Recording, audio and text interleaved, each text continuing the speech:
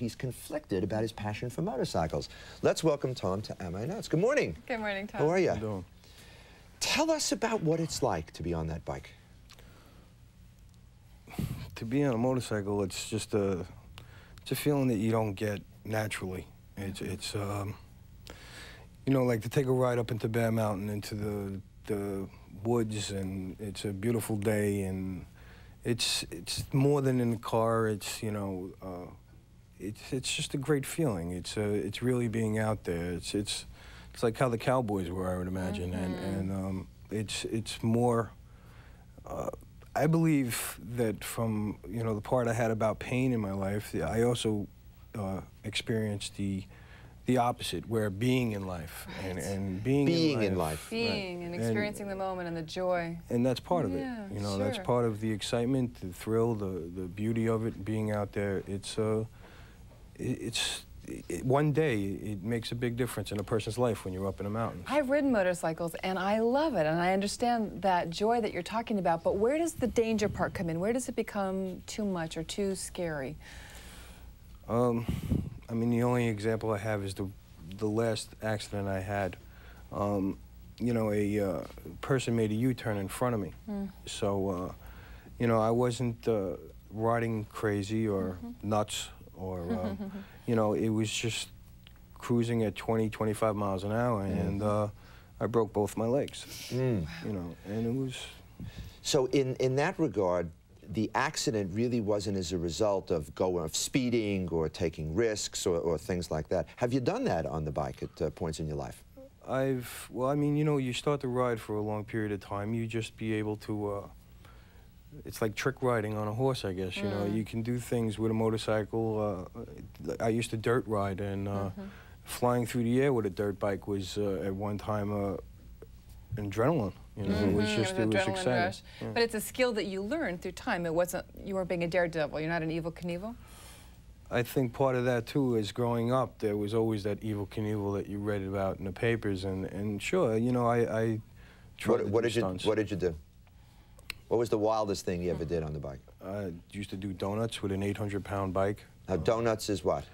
It's like burnouts, but the bike just completely goes in a circle. That's kind of what we saw in the beginning of your segment, I think, as we introduced you. That could be a little bit, if you don't know what you're doing, you can cause some damage. Okay. I need you to just stay right there, Tom. We're going to take a little break and come back. When we come back, we're going to see if we can offer some advice for Tom. We'll be back in a moment.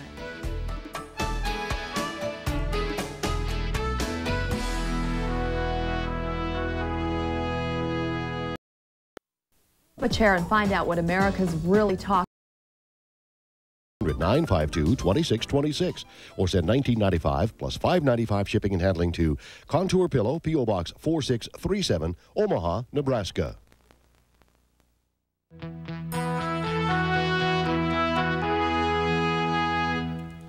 We've been talking to Tom, who questions his passion for motorcycles. You know, you were describing an accident where you broke both your legs. Didn't you have a much more serious accident a while back? Well, I started at a very young age riding just little mini bikes and gradually got up to dirt bikes. And when I was 15, my father had bought me a motocross bike, which I used to sneak out of the garage and go riding around the neighborhoods. And that's where I had my first major accident, which was very traumatic because it severed my leg off almost. Oh, my. There was, it took nearly almost 2 years to get back on my feet. Wow. So surgery, recuperation. Tom, was there ever a doubt that you'd have the use of that leg again? There used to be parts in there where the interns used to come in fact, and say, like, you're not going to have that leg. And, my God. I remember throwing ace bandages up and get them out because... As a 15-year-old kid, you can't even imagine not being able to.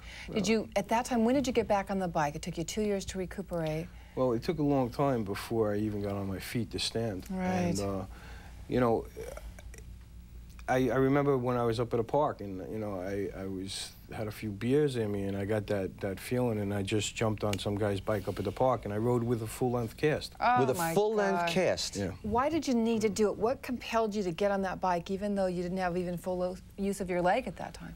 Well, it was... I guess, you see, the biggest thing about me was that, you know, the accidents caused the fear, and the fear I did not want to control me. Right. You know, I didn't want the fear to ever override my life, because then I'd feel like I would be in prison. Right. So that's the major reason was, you know, and So that your old way- phrase about horses, you know, you Get back fall off, on. get back on. So your way of facing fear was to get back on and do it, even though you didn't even have, with your leg in a cast, you couldn't even ride as fully or comfortably as you'd like to. No. So the whole, in spite of these two very serious accidents, there is still the really high, good feeling that you get from riding that bike.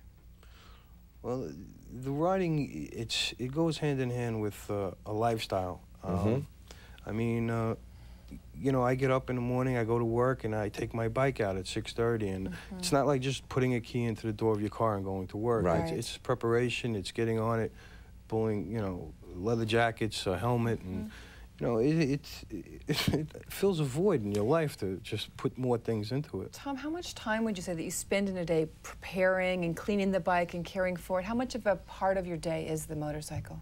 Not much. I do No. a lot more riding. More riding. Yeah, I do less cleaning on my Well, I mean, my just bike. all together, everything related to the motorcycle, even the jacket, the whole thing. I mean, basically, I'm not the mechanic style. I mean, I fix my bike. I have friends help me, you know. But basically, I'd rather ride. Are most of your than friends get bike stuck riders cleaning. also? Oh yeah. So when you say it's a lifestyle, you go riding with friends, go to different